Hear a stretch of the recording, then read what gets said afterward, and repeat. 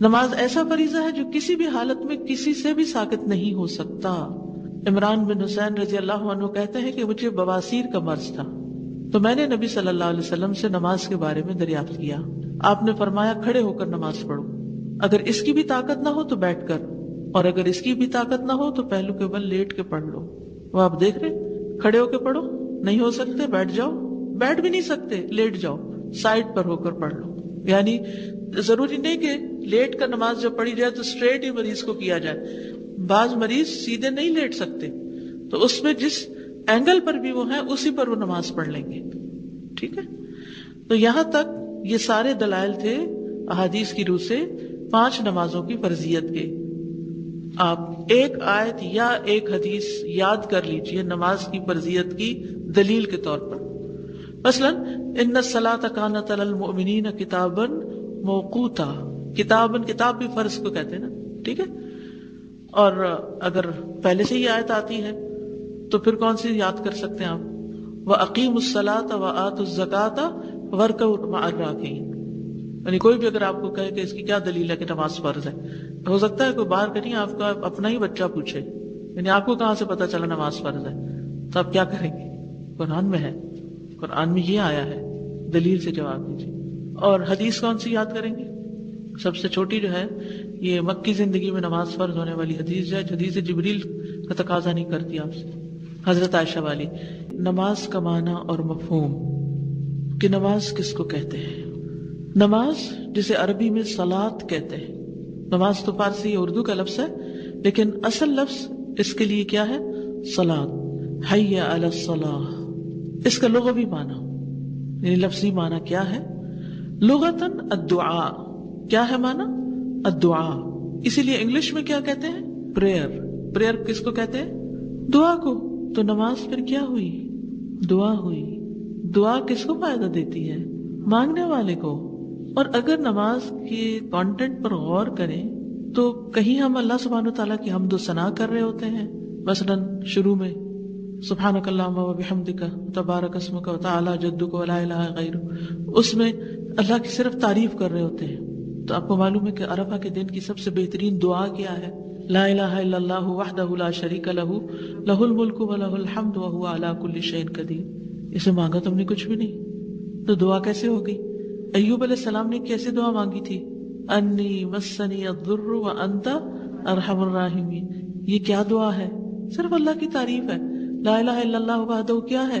اللہ کی تعریف ہے. سبحانک اللہم و بحمدک کیا ہے؟ اللہ کی تعریف ہے.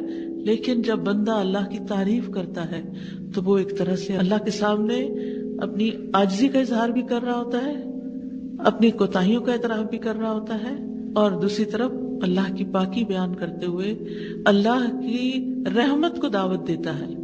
اللہ کی تعریف کر کے اللہ کی رحمت کو دعوت دیتا ہے. ٹھیک ہے، پھر سورۃ الفاتحہ پڑھتے ہیں. اس میں کیا ہے؟ سورۃ الفاتحہ کیا ہے؟ اس میں بھی دعا ہے. سب سے اہم ترین دعا کیا ہے؟ وہ اہدنا الصراط المستقیم. ٹھیک ہے نا، دعا ہے. پھر اس کے بعد قرآن مجید کی کوئی سورت ہم پڑھتے ہیں، پھر رکوع میں جاتے ہیں اللہ اکبر کہہ کے. رکوع میں تسبیحات کے بعد کیا مانگتے ہیں؟ پھر کوئی دعا. آپ انشاءاللہ پڑھیں گے یہ جو کتاب آپ نے شروع کیا نماز کے اذکار الگ سے، اس میں رکوع کی دعائیں بھی ہیں، تسبیحات بھی ہیں اور دعائیں بھی ہیں. پھر سجدہ، پھر 2 سجدوں کے بیچ میں کیا کرتے ہیں؟ دعا. پھر تشہد میں کیا کرتے ہیں؟ اس میں بھی دعائیں ہیں. درود شریف کیا ہے؟ اور درود شریف کے بعد کیا پڑھتے ہیں؟ دعا. تو نماز کیا ہوئی؟ کبھی غور کیا آپ نے؟ سچ سچ بتائیے. ہم نماز لفظ بولتے ہیں، ہمیں نہیں پتا اس کا معنی کیا ہے، بس سنا تھا کہ نماز ہوتی ہے تو ہم پڑھتے ہیں نماز، روح نہیں پتا نا اس کی. This is the spirit of salat. الصلاۃ الدعاء. اور اسی معنی میں اللہ تعالیٰ کا یہ فرمان ہے وصلی علیہم ان صلاتک سکن لہم، اور ان کے لیے دعا کیجیے، بے شک تمہاری دعا ان کے لیے باعث سکون ہے. اللہ سبحانہ وتعالیٰ اپنے حبیب محمد صلی اللہ علیہ وسلم کو حکم دیتے ہیں کہ آپ اپنے ساتھیوں کے لیے دعا کیجیے، کیونکہ آپ کی دعا سے انہیں سکون حاصل ہوتا ہے. تو ہمیں بھی دعا کا کلچر عام کرنا چاہیے، اپنے ساتھیوں کو، اپنے بچوں کو، اپنے پیاروں کو دعائیں دیتے رہنا چاہیے. یہاں پھر معنی صلات کا کیا ہوا، یعنی ان کے لیے دعا کیجیے، یہ اس کا لفظی معنی ہے.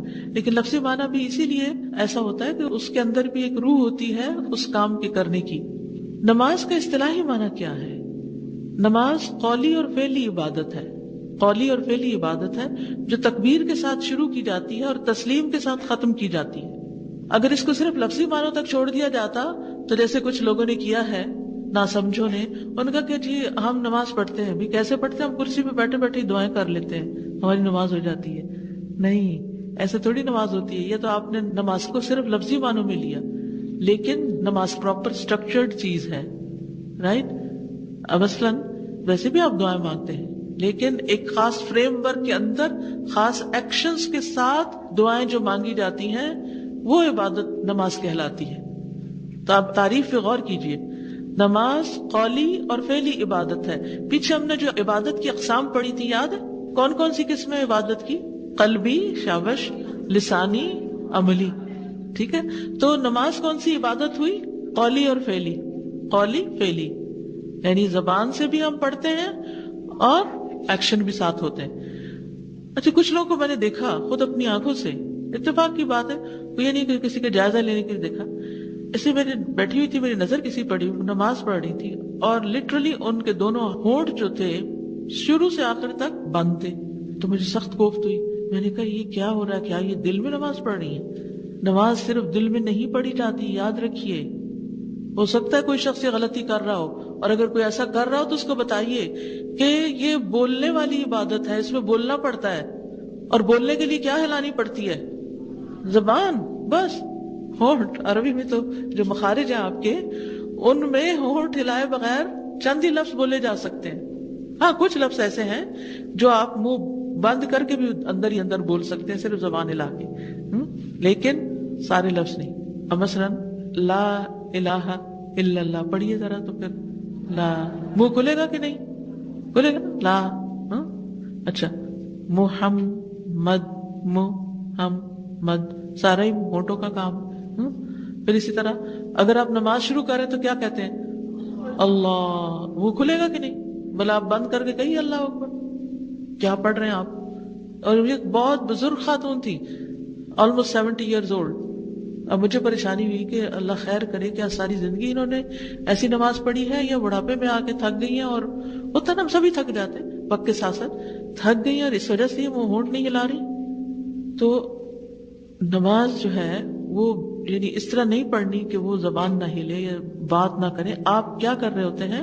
اپنے رب سے بات کر رہے ہوتے ہیں. ٹھیک ہے، وہ جیسے آتا نا کہ کسی بزرگ کا قول ہے کہ جب میں چاہتا ہوں کہ اپنے رب سے کلام کروں تو میں نماز پڑھنے لگتا ہوں، اس میں اپنے رب سے بات کرتا ہوں. اور جب میں یہ چاہتا ہوں کہ رب مجھ سے بات کرے تو میں قرآن پڑھتا ہوں، کیونکہ وہ رب کا کلام ہے. ٹھیک ہے، تو نماز جو ہے یہ قولی عبادت ہے اور فعلی عبادت بھی ہے کہ اس میں ایکشن ضروری ہے، اور ایکشنز اسی طرح ہوں گے جس طرح ہمیں سکھائے گئے ہیں. اور اس کا آغاز کہاں سے ہوتا ہے؟ تکبیر اللہ اکبر سے، تکبیر تحریمہ جس کو بولتے ہیں، اور تسلیم یعنی السلام علیکم ورحمۃ اللہ، اس کے ساتھ ختم ہو جاتی. تو تکبیر اور تسلیم کے بیچ میں زبان اور جسم کے جو کام ہے اس پر مبنی یہ عبادت نماز کہلاتی. ٹھیک ہے، اللہ اکبر. کہتے ہیں کہ کچھ لوگ جلدی میں تکبیر بھی نہیں بولتے، بس ہاتھ اٹھا کے نماز شروع کر دیتے ہیں. تو یہ کمیاں ہیں نا نماز میں. اب انشاءاللہ آگے آپ پڑھیں گے جو نماز کے طریقے، تو اس میں آپ کو پتہ چلے گا کہ کچھ چیزیں اگر ہم نہ پڑھیں تو نماز ہی نہیں ہوتی. وہ نماز کے ارکان ہیں، لیکن ہمیں کسی نے بتایا نہیں. ہم نے اپنی مرضی سے پک اینڈ چوز کر لیا، جو دل چاہا وہ لگا لیا، جو نہیں دل چاہا چھوڑ دیا. اس لیے کتنا ضروری ہے کہ ہم سب اپنا جائزہ لیتے رہیں. ٹھیک ہے، اب قرآن میں نماز کے مختلف معنی آئے ہیں. ٹھیک ہے، نمبر 1 نماز بمعنی دعا، جیسے یہ آیت ہم نے پہلے پڑھی، وَصَلِّ عَلَيْهِمْ إِنَّ صَلَاتَكَ سَكَنٌ لَهُمْ. نمبر 2 بمعنی استغفار، وَمِنَ الْأَعْرَابِ مَن يُؤْمِنُ بِاللَّهِ وَالْيَوْمِ الْآخِرِ وَيَتَّخِذُ مَا يُنْفِقُ قُرُبَاتٍ عِندَ اللَّهِ وَصَلَوَاتِ الرَّسُولِ. اور بدویوں میں سے کچھ وہ ہیں جو اللہ اور یوم آخرت پر ایمان رکھتے ہیں اور جو کچھ خرچ کرتے ہیں اسے اللہ کے ہاں قربتوں اور رسول کی دعاؤں کا ذریعہ سمجھتے ہیں. تو صلوات الرسول یہاں دعا کے معنوں میں بھی ہے، اور خاص طور پر جو اس کی وضاحت کی گئی ہے وہ صلوات الرسول سے مراد الدر المنثور ایک تفسیر کی کتاب ہے، اس میں انہوں نے اس کا معنی کیا بتایا کہ زکوٰۃ اور صدقہ دینے والوں کے لیے بخشش مانگنا، کیونکہ آگے آتا ہے نا کہ یہ قربت کا ذریعہ ہے، اور صدقہ کیا گناہوں سے پاک کرتا ہے، اس لیے اس کو یہاں استغفار کے معنی میں لیا گیا، ورنہ دعا کا معنی بھی ہے اس میں، ٹھیک ہے، رسول کی دعاؤں کا ذریعہ سمجھتے ہیں، لیکن کون سی دعا خاص طور پر؟ بخشش کی دعا، واضح۔ تیسری بمانا ثنا، تعریف، ان اللہ و ملائکتہ یصلون علی النبی، بے شک اللہ اور اس کے فرشتے نبی پر صلات بھیجتے ہیں، درود بھیجتے ہیں۔ اب یہ کیا ہے؟ بندے جب صلات کا لفظ بولے وہ تو دعا مانگتے ہیں، تو اللہ سبحانہ تعالیٰ کے لیے صلات کیا ہے؟ پھر کیا اللہ کو دعا مانگنے کی ضرورت ہے؟ نا اس میں نہیں، وہ کیا ہے پھر؟ تعریف، یاد رکھیے۔ تو صلات کا لفظ قرآن میں دعا کے علاوہ کس معنی میں استعمال ہوا ہے؟ تعریف۔ اے لوگو جو ایمان لائے ہو، آپ پر صلات بھیجو اور سلام بھیجو، خوب سلام بھیجنا۔ تو اسی لیے ہم پھر اس کے جواب میں کیا کہتے ہیں؟ اللہم صلی علی محمد۔ تو اس میں بھی کئی دفعہ میں نے لوگوں سے پوچھا اس کا معنی بتا دیجئے درود کا، یا درود بھیجنا کیا ہوتا ہے، پتہ نہیں تھا کہ کیا ہوتا ہے۔ یعنی جب ہم کہتے ہیں اللہ درود بھیجیے یا صلات بھیجیے محمد صلی اللہ علیہ وسلم، تو کیا بھیجیے، کیا کیجیے؟ یعنی آپ کی تعریف۔ اس کا معنی ہے اللہ تعالیٰ کے اپنے رسول پر صلات بھیجنے سے مراد اللہ سبحانہ وتعالیٰ کا فرشتوں کے پاس آپ کی تعریف کرنا، اور فرشتوں کی صلات کیا ہے؟ دعا کرنا، سمجھ آئے؟ تو صلات بمعنی ثنا۔ اچھا، اگر ہم صلات کو ثنا کے معنی میں لیں تو نماز میں یا دعا ہوتی ہے یا کیا ہوتی ہے؟ ثنا ہوتی ہے۔ ثنا کس کو کہتے ہیں؟ تعریف کو۔ اب کنیکٹ کر رہے ہیں، سمجھ آ رہی ہے آپ کو لفظ صلات اور ہمارا ایکشن جو صلات کا ہوتا ہے اس میں؟ یعنی یہاں ہم صلات نماز جو پڑھتے ہیں اس میں کیا کرتے ہیں؟ دعا کرتے ہیں یا پھر ثنا کرتے ہیں، تعریف کرتے ہیں، ہم اللہ کی تعریف بیان کرتے ہیں۔ اور اللہ سبحانہ وتعالیٰ جب نبی صلی اللہ علیہ وسلم پر صلات بھیجتے ہیں تو آپ کی تعریف کرتے ہیں، ٹھیک ہے؟ کہاں کرتے ہیں؟ ملائے اعلیٰ میں۔ هو الذی یصلی علیکم وملائکتہ لیخرجکم من الظلمات الی النور وکان بالمؤمنین رحیما۔ وہی ہے جو تم پر صلات بھیجتا ہے، اور یہاں یہ بمانا رحمت اور مہربانی کے ہے۔ هو الذی یصلی علیکم، اور اس کے فرشتے دعا کرتے ہیں اللہ تعالیٰ سے رحمت کی، تاکہ وہ تمہیں اندھیروں سے روشنی کی طرف نکال لائے، اور وہ ایمان والوں پر نہایت مہربان ہے۔ تو اسی لیے صلات کا ایک معنی مہربانی بھی ہے، ٹھیک ہے؟ اولئک علیہم صلوات من ربہم ورحمۃ واولئک هم المہتدون۔ یہ وہ لوگ ہیں جن پر ان کے رب کی طرف سے کئی مہربانیاں ہیں۔ صلوات کا معنی مہربانیاں، رحمتیں، اور بڑی رحمت ہے، اور یہی لوگ ہدایت پانے والے ہیں۔ کون ہے یہ؟ جو مصیبت کے وقت انا للہ پڑھتے ہیں۔ تفسیر القرطبی میں ہے اللہ کے اپنے بندے پر صلات بھیجنے سے مراد دنیا اور آخرت میں اس سے درگزر کرنا، یعنی معاف کر دینا، اس پر اپنی رحمت اور برکت کرنا، اس کو شرف بخشنا ہے۔ اور رحمت کو دو بار بیان کیا گیا، صلوات اور رحمت، کیونکہ معنی میں تاکید اور اس کو پختہ طریقے سے ادا کرنے کے لیے مختلف الفاظ لائے جاتے ہیں۔ یعنی ایک ہی بات کو جب بہت تاکید سے کہنا ہو تو ایک لفظ نہیں، دو اور دو سے زائد بعض اوقات۔ جیسے مثلاً اگر آپ چاہتے ہیں کہ ایک شخص دوسرے کو معاف کر دے، جیسے اللہ تعالیٰ میں قرآن مجید فرماتے ہیں یا ایھا الذین آمنوا، اور پھر واعفوا واصفحوا ان من ازواجکم واولادکم عدوا لکم فاعفوا واصفحوا واغفروا۔ یہاں تین لفظ آگے، کئی دو اور کئی تین، یہ تین لفظ ایک ہی بات کے لیے آئے ہیں، تھوڑے تھوڑے فرق کے ساتھ۔ کیوں آئے ہیں؟ تاکید کے لیے، ٹھیک ہے؟ تو صلات کا ایک معنی کیا ہو گیا پھر؟ رحمت، مہربانی، ٹھیک ہے؟ پھر ہے صلات کا ایک معنی قرات، کیونکہ نماز میں ہم کیا کرتے ہیں؟ قرات کرتے ہیں۔ یہ آپ لفظ دیکھ رہے ہیں کیسے لکھا ہوا ہے؟ بعض لوگ الف کے اوپر حمزہ ڈال کے اس کو کیا پڑھنا شروع کر دیتے ہیں؟ قرات۔ ہمارے استاد نے بتایا تھا اس کا معنی ہوتا ہے اونٹ کی خارش، جی قرات۔ تو قراءہ ہے یہ لفظ، قراءت، قرات نہیں ہوتا۔ تو بمانا قراءہ۔ اس کے لیے دلیل کیا قرآن مجید میں؟ وَلَا تَجْهَرْ بِصَلَاتِكَ وَلَا تُخَافِتْ بِهَا وَابْتَغِ بَيْنَ ذَلِكَ سَبِيلًا، اور اپنی نماز نہ بلند آواز سے پڑھو نہ اسے پست کرو، اور اس کے درمیان کوئی راستہ اختیار کرو۔ تو لا تجہر بصلاتک یعنی اپنی قرات اونچی آواز سے نہ کرو، یعنی نماز میں جو کچھ پڑھ رہے ہو اس کو اونچا نہ کرو، یہ مراد ہے۔ یعنی بہت اونچی اونچی آواز سے نہیں پڑھو، درمیانی آواز ہو۔ اور صلی اللہ کا معنی ایک جنازہ پڑھنا بھی ہوتا ہے۔ ولا تصلی علی احد منہم مات ابدا، اور ان میں سے جو کوئی مر جائے اس کا کبھی جنازہ نہ پڑھنا. کس کی طرف اشارہ ہے؟ کس کا نہیں پڑھنا؟ منافقین کا. لیکن اصل میں نماز وہی ہے جو قولی اور فعلی عبادت ہے، جس کا آغاز تکبیر سے اور اختتام تسلیم پر ہوتا ہے. یہ ہے اصل بات. ہو سکتا ہے آپ سمجھ رہے ہو کہ یہ ٹو مچ ہو گیا ہے، لیکن یہ وضاحت بہت ضروری تھی کیونکہ آپ لوگ قرآن کے بھی طالب علم ہیں نا، اور یہ سب چیزیں ہم وقتاً فوقتاً استعمال کرتے ہیں. نماز قولی اور فعلی ساتھ قلبی بھی تو ہوتی ہے. قلب اگر نہ بھی حاضر ہو تو نماز ہو جاتی ہے. اچھا ہے تو صحیح، لیکن اگر یہ شرط لگا دی جاتی کہ جس کا دھیان گیا کہیں اور اس کی نماز ہی نہیں تو پھر مشکل ہو جاتی. تو اس لیے یہ ہمارے اوپر رحمت کرتے ہوئے قلب اس میں شریک تو ہے، وہ مطلوب ہے، وہ اس کی تحسین ہے، لیکن اگر دھیان ادھر ادھر ہو بھی گیا تو نماز ہو گئی. چلیے آگے چلتے ہیں. قرآن مجید میں نماز کے دیگر نام، یعنی نماز کے لیے لفظ صلاۃ بھی آیا ہے، لیکن کچھ اور لفظ بھی نماز کے لیے استعمال ہوئے قرآن میں. مثلا یا ایھا الذین آمنوا اذا نودی للصلاۃ من یوم الجمعۃ فاسعوا الی ذکر اللہ. تو نماز کو کیا کہا گیا قرآن میں؟ ذکر. کیونکہ نماز میں ہم کیا کرتے ہیں؟ اللہ کا ذکر کرتے ہیں. نماز کے لیے ایمان کا لفظ بھی آیا ہے. سورۃ البقرہ میں آتا ہے وما کان اللہ لیضیع ایمانکم، اور اللہ کبھی ایسا نہیں تھا کہ تمہارا ایمان ضائع کر دے. یہ اس کانٹیکس میں نا جب قبلہ کا رخ مڑ گیا تو لوگوں کو فکر ہوئی کہ جنہوں نے اس طرف نماز نہیں پڑھی تو ان کی نمازوں کا کیا ہوگا. تو کہا گیا کہ نہیں، اللہ ان کی نمازیں ضائع نہیں کرے گا. تو نماز ایمان ہے، نماز کے بغیر ایمان ہی ناقص ہے. ٹھیک ہے. پھر نماز کے لیے قرآن کا لفظ بھی آتا ہے. نماز کے لیے قرآن کا لفظ بھی، ان قرآن الفجر کان مشہودا، بے شک فجر کا قرآن ہمیشہ سے حاضر ہونے کا وقت رہا ہے. تو قرآن الفجر سے مراد نماز فجر بھی ہے. ٹھیک ہے. امام مجاہد کہتے ہیں کہ قرآن فجر سے مراد نماز فجر بھی ہے. تب کتنے لفظ ہو گئے؟ ذکر، ایمان، قرآن. قنوت کا لفظ بھی ہے. امن ہوا قانت آناء اللیل ساجدا او قائما، کیا وہ شخص جو رات کی گھڑیوں میں سجدہ کرتے ہوئے اور قیام کرتے ہوئے عبادت کرنے والا ہے. تو قانت سے مراد یہاں نماز پڑھنے والا ہے، یعنی جو رات کے وقت سجدے اور قیام کرتا ہے. تو یہ سجدے اور قیام کس میں ہوتے ہیں؟ نماز میں. نماز کے لیے رکوع کا لفظ بھی آتا ہے قرآن میں. وَأَقِيمُوا الصَّلَاةَ وَآتُوا الزَّكَاةَ وَارْكَعُوا مَعَ الرَّاكِعِينَ، نماز قائم کرو اور زکوٰۃ دو اور رکوع کرنے والوں کے ساتھ رکوع کرو.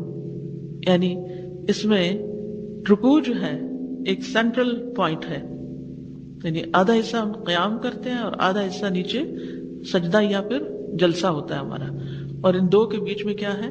رکوع ہے. وَارْكَعُوا مَعَ الرَّاكِعِينَ کہہ کے پوری نماز، یعنی جز بول کے کل مراد ہے. ٹھیک ہے. آپ کو معلوم کہ وہ گھوڑا جو ریس میں اول ہے اس کو مصلی کہتے ہیں. ریس والے گھوڑے ہوتے ہیں نا، اور جو سب سے آگے نکل جاتا ہے تو اس کو مصلی کہتے ہیں.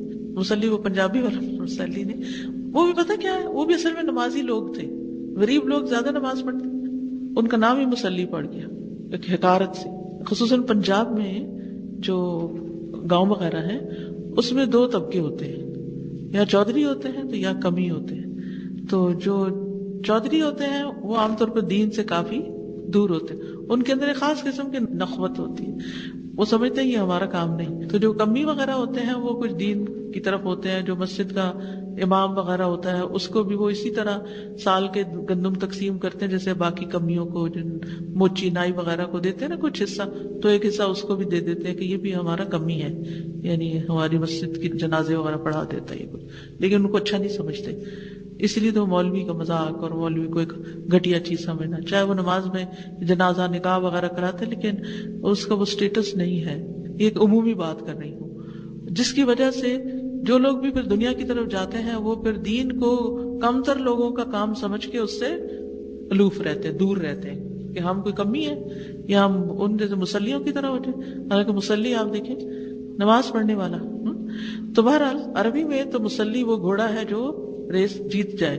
تو ہماری بھی کامیابی کا انحصار کس پر ہے؟ ریس تبھی جیتیں گے جب نماز پڑھیں گے.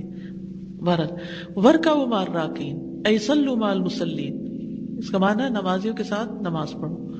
وَإِذَا قِيلَ لَهُمُ ارْكَعُوا لَا يَرْكَعُونَ، جب ان سے کہا جاتا ہے کہ رکوع کرو تو رکوع نہیں کرتے، جھک جاؤ جھکتے نہیں. تو اس کا کیا مطلب ہے کہ انہیں ایسے کھڑے کھڑے کہا جاتا ہے جھک جاؤ؟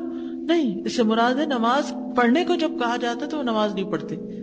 ٹھیک ہے، تو یہاں رکوع نماز کا ایک صرف رکن ہے، لیکن جز بول کے یہاں پوری نماز مراد لی گئی ہے. امام مجاہد کہتے ہیں کہ ارکعوا کا معنی ہے نماز پڑھو، لا یرکعون کا معنی ہے وہ نماز نہیں پڑھتے. نماز کے لیے سجدے کا لفظ بھی ہے. فسبح بحمد ربک وکن من الساجدین، بس اپنے رب کی حمد کے ساتھ تسبیح کرو اور سجدہ کرنے والوں میں شامل ہو جاؤ. تو سجدہ بھی نماز کا ایک اہم رکن ہے. ٹھیک ہے. الذی یراک حین تقوم وتقلبک فی الساجدین، یہ ساجدین کون ہے؟ نمازی، نماز پڑھنے والے، مصلین. ٹھیک، یہاں تک کوئی بات آپ کہنا چاہیں؟ یہ جو ہے نا قرآن میں کہ فجر کی قرآن میں فرشتے حاضر ہوتے ہیں، ڈز اٹ مین دا نماز اٹ سیلف، اور کیا فجر کے بعد قرآن پڑھنا چاہیے؟ دونوں چیزیں ہیں اس میں. نماز فجر میں جتنی لمبی قرات کی جاتی ہے کسی اور نماز میں نہیں. نبی صلی اللہ علیہ وسلم اندھیرے میں نماز شروع کرتے تھے اور روشنی ہو جاتی تھی جب فجر کی نماز مکمل ہوتی. کہنے کو 2 رکعتیں ہیں، آگے انشاءاللہ تفصیلات آپ پڑھیں گے کہ کیا کیا پڑھتے تھے. مثلا جمعہ کے دن پہلی رکعت میں سورۃ السجدہ اور دوسری میں سورۃ الدہر پڑھا کرتے تھے، یہ عام معمول تھا. اب آپ دیکھیے کہ اگر آپ واقعی رتل القرآن ترتیلا کر رہے ہیں اور فجر کی 2 رکعتوں میں یہ 2 صورتیں پڑھ رہے ہیں، اگر قسمت سے زبانی یاد ہے تو کتنی لمبی نماز ہو جائے گی. اور وہ حدیث بھی یاد کیجئے جس میں آتا ہے کہ جو ملائکہ ہیں وہ فجر اور عصر کی نماز میں اپنی ڈیوٹی بدلتے ہیں. اس وقت رات کے فرشتے، نائٹ شفٹ والے اور دن کی ڈیوٹی سنبھالنے والے دونوں اکٹھے ہوتے ہیں. وہ فرشتوں کے اجتماع کا وقت ہے. تو مشہودہ حاضری کا وقت ہے. کس کی حاضری ہے؟ فرشتوں کی حاضری. یعنی اس وقت فرشتے خاص طور پہ دیکھ رہے ہوتے ہیں، اور جب واپس جاتے ہیں تو اللہ تعالیٰ کو تو معلوم ہے کہ کہاں سے آئے ہیں، لیکن اللہ تعالیٰ نمازیوں سے ایسی محبت کرتے ہیں، ان فرشتوں سے پوچھتے ہیں کہ تم نے میرے بندوں کو کس حال میں پایا؟ کہتے ہیں جب ہم گئے تھے تو بھی نماز پڑھ رہے تھے، جب چھوڑ کے آئے تب بھی نماز پڑھ رہے تھے. تو عصر کا وقت اور فجر کا مراد ہے. عصر کا وقت چھوٹا سا ہوتا ہے، فجر کا وقت طویل ہوتا ہے، اور عصر کی قرات سری ہوتی ہے، فجر کی قرات جہری ہوتی ہے، تو اس میں دیر تک قرات کی جاتی ہے. ہمارے ہاں عام طور پر رواج ہے مصحف کھول کے بیٹھ کے پڑھنے کا، کیونکہ ہمیں حفظ نہیں ہوتا، یا ہم نے نمازوں میں بس قل اللہ ہی پڑھنی ہوتی ہے. لیکن سب سے افضل قرات وہ ہے جو نماز کے اندر کی جائے. ٹھیک ہے، تو اگر کوئی شخص نماز میں لمبی قرات کر لیتا ہے تو ایک طرح سے اس کی قرات اس دن کا ورد یومی ہو جاتا ہے. ٹھیک ہے، اسی لیے جو اسلاف تھے وہ تہجد کی نماز میں اور فجر میں دن کا کوٹا پورا کر لیتے تھے. تو ہم چونکہ وہ 2 نہیں کر پاتے تو اس لیے ہمیں کس چیز کی ضرورت پیش آتی ہے؟ پھر فجر پڑھ کے پھر ہمیں بیٹھ کے مصحف کھول کے پڑھنا ہوتا ہے. اس میں کوئی حرج نہیں ہے، مصحف کھول کے پڑھنا بھی پسندیدہ ہے، لیکن افضل نماز کے اندر کی تلاوت ہے. تو خوش قسمت ہے حافظ لوگ کہ جو نماز میں زبانی سب کچھ لمبی لمبی صورتیں پڑھتے رہتے ہیں. واضح؟ اب ہم پڑھیں گے نماز کی فرضیت. اس کی کیا دلیل ہے کہ نماز فرض ہے؟ سنی سنائی تو ہمیں سب کو پتا ہے کہ نماز فرض ہے، لیکن اس کی دلیل کیا ہے؟ قرآن مجید میں اللہ سبحانہ وتعالیٰ کا حکم ہے وَأَقِيمُوا الصَّلَاةَ وَآتُوا الزَّكَاةَ وَارْكَعُوا مَعَ الرَّاكِعِينَ، اور نماز قائم کرو اور زکوٰۃ ادا کرو اور رکوع کرنے والوں کے ساتھ رکوع کرو. اسی طرح سورۃ البقرہ کے بالکل شروع میں آتا ہے کیا؟ ذَلِكَ الْكِتَابُ لَا رَيْبَ فِيهِ هُدًى لِّلْمُتَّقِينَ الَّذِينَ يُؤْمِنُونَ بِالْغَيْبِ وَيُقِيمُونَ الصَّلَاةَ. تو ایمان کے بعد سب سے پہلا کرنے کا کام کیا بتایا گیا؟ اقامت الصلاۃ. اور یہاں سورۃ البقرہ کی 43 آیت میں پہلا حکم کیا؟ وَأَقِيمُوا الصَّلَاةَ وَآتُوا الزَّكَاةَ. سورۃ النساء 103 میں آتا ہے کہ ایمان والوں پہ نماز فرض کی گئی ہے. ان الصلاۃ کانت علی المؤمنین کتابا موقوتا. نماز مکی زندگی میں ہی فرض ہو گئی تھی. ام المؤمنین عائشہ رضی اللہ عنہا سے روایت ہے، انہوں نے کہا اللہ نے جب نماز فرض کی تو حضر اور سفر یعنی گھر میں اور سفر میں ہر نماز کی 2 رکعتیں فرض کی تھی.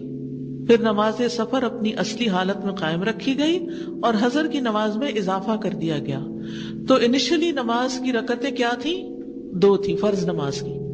یہ اگر آپ فرض کا لفظ دیکھیں، قالت فرض اللہ الصلاۃ حین فرضها، یہ دلیل ہے حدیث سے نماز کے فرض ہونے کی. صحیح بخاری 350 ام المومنین عائشہ رضی اللہ عنہ کی روایت، فرض اللہ الصلاۃ حین فرضها رکعتین رکعتین فی الحضر والسفر فاقرت صلاۃ السفر وزید فی صلاۃ الحضر. ٹھیک ہے. پھر یہ کہ آسمان پر 5 نمازوں کی فرضیت ہونا، یعنی نمازیں کہاں سے لائے تھے آپ ہمارے لیے؟ معراج کے موقع پر آسمان پر فرض ہوئی تھی. واقعہ معراج کا صحیح بخاری کا حصہ آپ کے سامنے یہاں پڑھا جائے گا. آپ بے شک بخاری کا ریفرنس لکھ لیجئے، صحیح بخاری 7517 حدیث کا نمبر، یا پھر آپ بخاری کھولیں گے اور اس میں آپ معراج کا جو واقعہ ہے اس کو دیکھیں گے تو انشاءاللہ آپ کو یہ حصہ مل جائے گا. ہو سکے تو ریسرچ کر لیجئے. کمپلسری ورک تو نہیں، لیکن اس لیے نہیں کمپلسری کری، ہو سکتا ہے آپ کے گھر میں صحیح بخاری نہ ہو، لیکن نیٹ پہ تو سب کو مل جاتی ہے. اگر فائنڈ آؤٹ کریں تو آپ کا کانفیڈنس بڑھے گا کہ ہم علم حاصل کر رہے ہیں. اور علم صرف کلاس میں حاصل نہیں کیا جاتا، علم صرف اسپون فیڈنگ نہیں ہوتی، علم میں خود بھی کام کرنا ہوتا ہے. ٹھیک ہے. تو واقعہ معراج کے موقع پر جبریل علیہ السلام آپ صلی اللہ علیہ وسلم کو لے کر 7ویں آسمان پر چڑھے. ابراہیم علیہ السلام 6 آسمان پر تھے اور موسیٰ علیہ السلام 7ویں آسمان پر. پھر جبریل علیہ السلام آپ کو لے کر اس سے بھی اوپر گئے جس کا علم اللہ کے سوا اور کسی کو نہیں، یہاں تک کہ سدرۃ المنتہا کے پاس پہنچے. پھر الجبار کے نزدیک ہو گئے جو رب العزت ہے. یہاں اللہ کی بجائے صفت استعمال ہوئی ہے. اور اس قدر نزدیک ہوئے جیسے کمان کے 2 کونے، بلکہ اس سے بھی زیادہ نزدیک. سبحان اللہ. یہ ہے معراج کی انتہا، اتنے قریب اللہ سبحانہ وتعالیٰ کے. پھر اللہ نے آپ کو وہی بھیجی جو وہی بھیجی. اس میں یہ تھا کہ آپ کی امت پر دن رات میں 50 نمازیں فرض کی گئی ہیں. پھر نیچے اترے یہاں تک کہ موسیٰ علیہ السلام کے پاس پہنچے تو انہوں نے آپ کو روک لیا اور کہا، اے محمد تمہارے رب نے تم سے کیا عہد دیا؟ آپ نے فرمایا کہ مجھ سے دن رات میں 50 نمازیں پڑھنے کا عہد لیا ہے. انہوں نے کہا کہ تمہاری امت اس کی طاقت نہیں رکھتی، اس لیے لوٹ جاؤ اپنے رب سے، اپنے لیے اور اپنی امت کے لیے تخفیف کراؤ، یعنی کمی کرواؤ. نبی صلی اللہ علیہ وسلم نے جبریل کی طرف رخ کیا، گویا آپ ان سے مشورہ لینا چاہتے تھے. جبریل نے مشورہ دیا کہ ہاں اگر آپ کی خواہش ہو تو ٹھیک ہے، چلتے ہیں واپس. چنانچہ وہ آپ کو اللہ الجبار کے پاس لے کر چڑھے جو اپنی جگہ پر ہی تھے. اس سے بھی کیا پتہ چلتا ہے کہ اللہ سبحانہ تعالیٰ کہاں ہے؟ اوپر ہے. آپ نے عرض کی کہ اے رب نمازوں میں ہم پر کمی فرمائیے، میری امت اس کی طاقت نہیں رکھتی. اللہ نے 10 نمازیں کم کر دی. پھر موسیٰ علیہ السلام آپ کے پاس آئے، انہوں نے روک لیا. موسیٰ علیہ السلام آپ کو اسی طرح اپنے رب کے پاس بھیجتے رہے حتیٰ کہ 5 نمازیں رہ گئی. پھر 5 کے بعد موسیٰ علیہ السلام نے روکا اور کہا، اے محمد صلی اللہ علیہ وسلم میں نے اپنی قوم بنی اسرائیل کو اس سے بھی کم نمازیں پڑھوانا چاہیے لیکن وہ ضعیف ہو گئے اور اس کو چھوڑ دیا. تمہاری امت تو جسم، بدن، آنکھ اور کان کے اعتبار سے بہت ضعیف ہے، یعنی پہلوں کے مقابلے میں فزیکلی بعد کی جنریشنز ویک ہے. ہمیں سے اکثر کہتے ہیں نا اپنے بچوں کے بارے میں، اور نانی دادی ہمیں ڈانٹتے رہتے تھے کہ تم لوگوں کا کیا بنے گا، اور اب ہم اپنے بچوں کہتے ہیں تمہارا کیا بنے گا. تو انہوں نے کہا کہ آپ کی امت تو فزیکلی ویک ہے، لہٰذا واپس جائیے، تمہارا رب تمہاری نمازوں میں کمی کر دے گا. ہر بار نبی صلی اللہ علیہ وسلم جبریل کی طرف دیکھتے تاکہ ان سے مشورہ لیں، اور جبریل اس کو ناپسند نہیں کرتے تھے. سبحان اللہ. یعنی وہ بھی آپ سے محبت کرتے تھے، کیونکہ اللہ تعالیٰ جب کسی سے محبت کرتے ہیں تو جبریل کو پکارتے ہیں اور پھر جبریل بھی اس سے محبت کرتے ہیں. تو نبی صلی اللہ علیہ وسلم سے تو جبریل علیہ السلام بھی محبت کرتے ہیں، تو ہم سب کا حال کیا ہونا چاہیے. چنانچہ 5ویں بار بھی وہ آپ کو لے گئے. آپ نے عرض کیا، اے میرے رب میری امت کے جسم ناتواں ہیں اور ان کے دل اور ان کی آنکھ، ان کی کان اور ان کے بدن کمزور ہے، اس لیے ہم پر تخفیف فرمائیے. اللہ الجبار نے فرمایا، یا محمد. نبی صلی اللہ علیہ وسلم نے فرمایا، لبیک و سعدیک. ادب دیکھیے، اللہ نے فرمایا میرے پاس بات بدلی نہیں جاتی، جیسا کہ میں نے تم پر ام الکتاب میں فرض کیا ہے، یعنی اصل میں تو یہ 5 ہی ہیں، اس سے کم نہیں ہوگی. اور ایک اور روایت میں آتا ہے کہ انہوں نے کہا کہ مجھے شرم آتی ہے اب اور میں نہیں کروا سکتا. اور فرمایا کہ ہر نیکی کا ثواب 10 گنا ہے. یہ گناہ نہیں ہے لفظ، ہاں ہٹانا چاہیے. بس یہ ام الکتاب میں 50 نمازیں ہیں لیکن تم پر 5 ہی فرض ہیں. سبحان اللہ. ہم سب جو 5 پڑھتے ہیں ان کو 50 نمازوں کا ثواب ملتا ہے روزانہ. تو آپ صلی اللہ علیہ وسلم موسیٰ علیہ السلام کے پاس واپس آئے تو انہوں نے پوچھا تو آپ نے فرمایا اللہ نے ہم سے تخفیف کر دی کہ ہر نیکی کے بدلے 10 گنا ثواب ملے گا۔ موسیٰ علیہ السلام نے کہا میں نے بنی اسرائیل کو اس سے کم پر آزمایا ہے اور انہوں نے چھوڑ دیا، بس آپ واپس جائیے اور مزید کمی کرائیے۔ رسول اللہ صلی اللہ علیہ وسلم نے اس پر کہا اے موسیٰ اللہ کی قسم مجھے اپنے رب سے شرم آتی ہے کہ بار بار ایک کام کے لیے اس کی طرف جاؤں۔ تو 5 کے بعد آپ نہیں گئے۔ تو اس سے یہ پتہ چلتا ہے کہ 5 نمازیں فرض ہیں۔ حضرت انس بیان کرتے ہیں کہ ایک آدمی نے رسول اللہ صلی اللہ علیہ وسلم سے سوال کرتے ہوئے کہا اے اللہ کے رسول، اللہ عز و جل نے اپنے بندوں پر کتنی نمازیں فرض کی ہیں؟ آپ نے فرمایا اللہ نے اپنے بندوں پر 5 نمازیں فرض کی ہیں۔ اس نے کہا اے اللہ کے رسول، ان سے پہلے یا بعد میں بھی کوئی نماز فرض ہے؟ آپ نے 3 بار فرمایا اللہ نے اپنے بندوں پر 5 نمازیں فرض کی۔ اس آدمی نے اللہ کی قسم اٹھاتے ہوئے کہا کہ میں نہ ان نمازوں میں زیادتی کروں گا نہ کمی۔ آپ نے فرمایا اگر یہ سچا ہے تو ضرور جنت میں داخل ہوگا، یعنی جو شخص 5 کی 5 پڑھے وہ جنتی ہے انشاءاللہ۔ عبادہ بن صامت فرماتے ہیں کہ میں نے رسول اللہ صلی اللہ علیہ وسلم کو فرماتے ہوئے سنا اللہ نے اپنے بندوں پر 5 نمازیں فرض کی ہیں۔ اب یہ سب دیکھیے حدیثیں 5 نمازیں، تو اس میں 5 کا جو فگر ہے یہ امپورٹنٹ ہے۔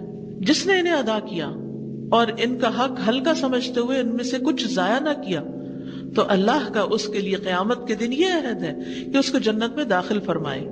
یہ وعدہ ہے جو آپ سوال کر رہی تھی نا کہ قبول ہے کہ نہیں، تو یعنی اگر ہم اپنے طور پر کوئی کمی نہ کریں، کرتے رہیں تو انشاءاللہ قیامت کے دن اللہ تعالیٰ اپنے وعدے کو پورا کرے گا۔